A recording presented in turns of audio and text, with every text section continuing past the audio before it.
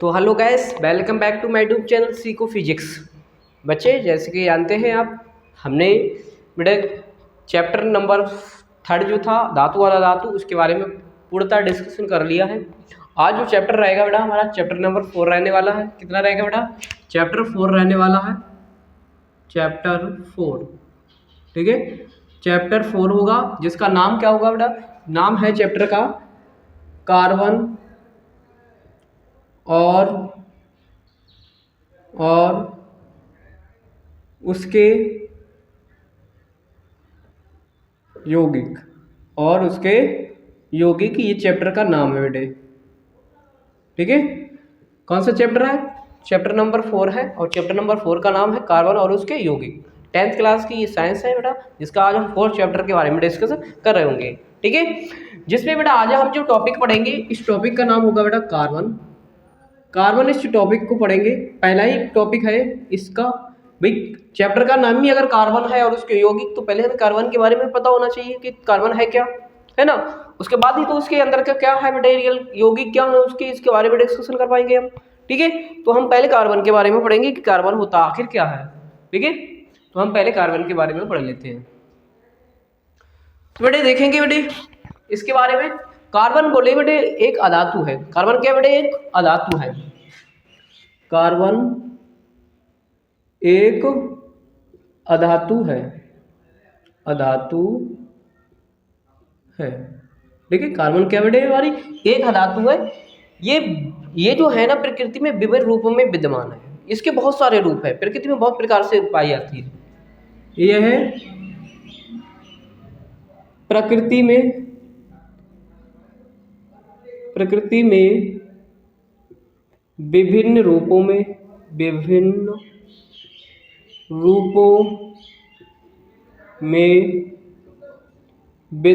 है, विभिन्न रूपों में विद्यमान है। ठीक है, इसके इन्हीं विभिन्न रूपों को ही क्या बोलते हैं? अपर रूप कहते हैं। जो विभिन्न रूप है ना, विभिन्न रूपों में ये पाई जाती है। इसी प्रत्येक रूप को, इसके जो प्रत्येक रूप है कार्बन के, प्रत्येक रूप को ही क्या बोलते हैं? अपर रूप कहते हैं। तो ये भी पॉइंट लिखेंगे कि जो कार्बन है, इसके प्रत्येक रूप को अपर रूप कहते हैं,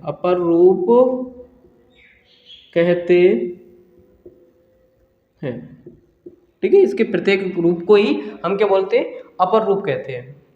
ठीक है, अच्छा मैं एक बात कहूँ, जो पृथ्वी पे जो कार्बन है हमारी इस भूप्रपटल में, जो पृथ्वी है हमारी, ये पृथ्वी की इस भूप्रपटल में जो कार्बन है, उस कार्बन की कितनी मात्रा है? तो बेटा हम बोलेंगे इस भूप्रपटल में, पृथ्वी की इस भूप्रपटल में कार्बन की जो मात्रा है वो 0.02% है।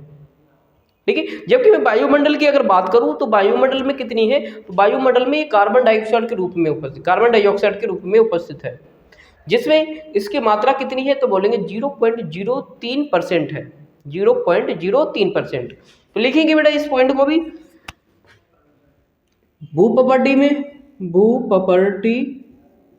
में कार्बन की मात्रा 0.02% है पृथ्वी पे। ये पृथ्वी हमारी, इस पृथ्वी पे कार्बन की संख्या जो है, मतलब कार्बन की जो मात्रा है वो 0.02% है। भाई मैं वायुमंडल की बात करूं, वायुमंडल में अगर मैं बात करता हूं, वायुमंडल में कार्बन की मात्रा कितनी बेटा? कार्बन की अगर मात्रा की मैं बात करूं तो कार्बन की मात्रा 0.03% है। ठीक है, वायुमंडल में इसकी मात्रा है वो 0.03% है, भूप्रपटल में कार्बन की मात्रा 0.02% है। साथ ही साथ आप ये भी जानते हैं कि जो कार्बन है, इसके जो परमाणु क्रमांक होता है वो कितना होता है? 4 होता है। कितना? 6 होता है। और इसकी जो संयोजकता है, इसकी संयोजकता कितनी होती है? 4 होती है। तो ये भी पॉइंट लिख लो बेटा। इस चीज़ से पहले मैं एक चीज़ और समझा दूं बेटे, ये वाला जो पॉइंट है और ये जो पॉइंट है बेटे, ये दोनों ही पॉइंट बेटा इम्पोर्टेंट है। पहला और ये वाला पॉइंट, और ये वाले जो पॉइंट है कार्बन से संबंधित, ये दोनों पॉइंट बहुत इंपॉर्टेंट है। ठीक है, तो इसे अच्छे से आप समझिएंगे। ठीक है, आगे चलिए बेटे, मैं बात करूं बेटे इसकी आगे पॉइंट की अगर मैं बात करूं तो बेटा बोलेंगे कार्बन का परमाणु क्रमांक 6 है। कितना है बेटा? 6 है। इसके बाह्य कोश में इलेक्ट्रॉनों की संख्या कितनी होती है बेटा? संख्या 4 है, जो इसकी संयोजकता को बताती है, जो इसकी संयोजकता को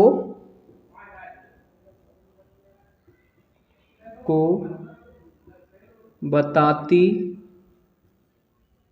है।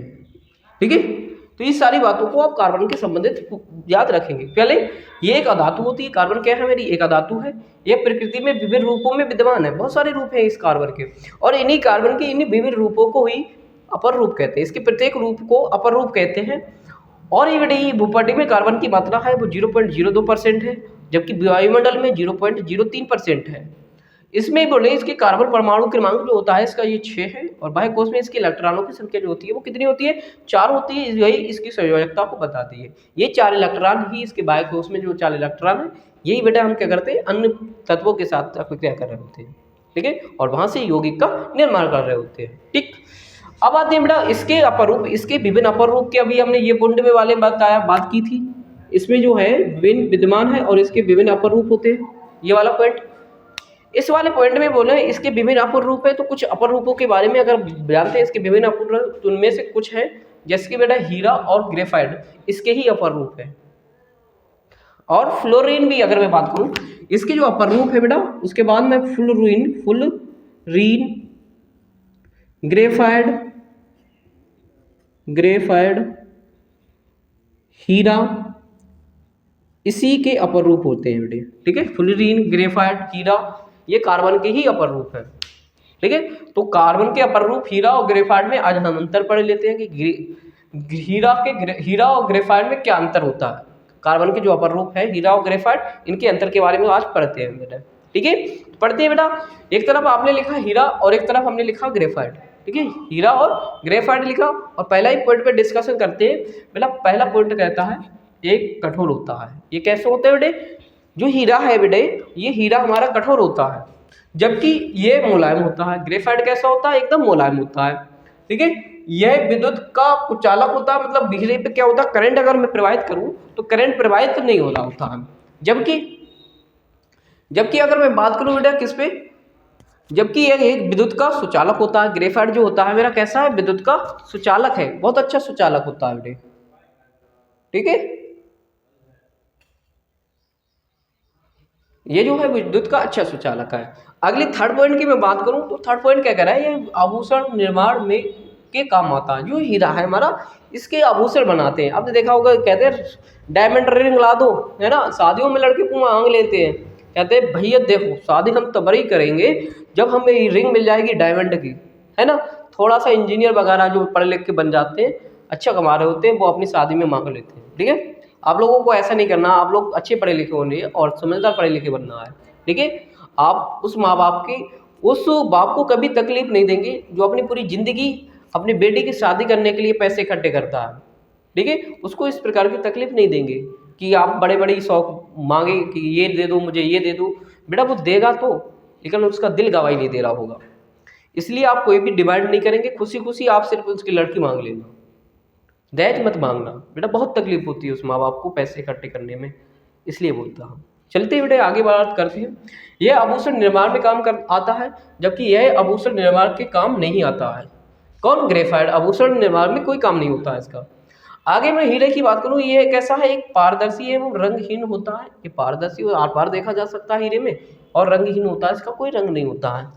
आगे ये अपारदर्शी एवं राख के रंग का होता है। ये जो ग्रेफाइट है हमारा, ये जो ग्रेफाइट है वो अपारदर्शी होता है, उससे आर पार नहीं देखा जा सकता, और राख के रंग के होता है। ये राख के रंग का ही होता है। आगे आता है हीरा है चतुष्फल की फलकीय के रूप का होता है, इसकी चतुष्फलकीय इसकी जो संरचना होती है वो कैसी होती है, चतुष्फलकीय होती है, जबकि इसकी षष्ठफलकीय होती है। ग्रेफाइट की जो होती है संरचना वो षष्ठफलकीय होती है।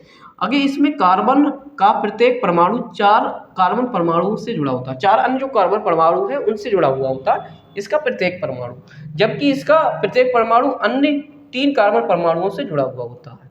इसके 4 और इसके 3 अन्य कार्बन परमाणुओं से जुड़ा हुआ होता है, इसके 4 परमाणुओं से जुड़ा हुआ होता है। ठीक है, तो बेटा आई होप आपको बात समझ में आई होगी।